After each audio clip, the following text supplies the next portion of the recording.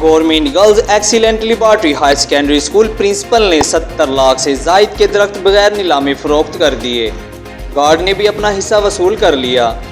Government girls excellent liberty higher secondary school Nawanshahr से principal और guard की मिली भगत से लाखों रुपए की सरकारी लकड़ी चोरी, तमाम तर सरसब्ज दरख्त काट कर बगैर नीलामी फरोख्त कर दिए गए। Government girls excellent liberty higher secondary school Nawanshahr में तकरीबन 70 लाख रुपए मालिया से जायद के सरसब्ज दरख्त मौजूद थे, जिन्हें प्रिंसिपल और गार्ड की मिली भगत से बगैर नीलामी फरोख्त कर दिया गया। जबकि हर मरतबा हुकूमत बार बार तशहीर करती है कि ज़्यादा से ज़्यादा दरख्त लगाएं, लेकिन प्रिंसिपल ने मजीद दरख्त लगाने की बजाय लाखों रुपए के दरख्त काट कर नामालूम अफराद को फरोख्त कर दिए।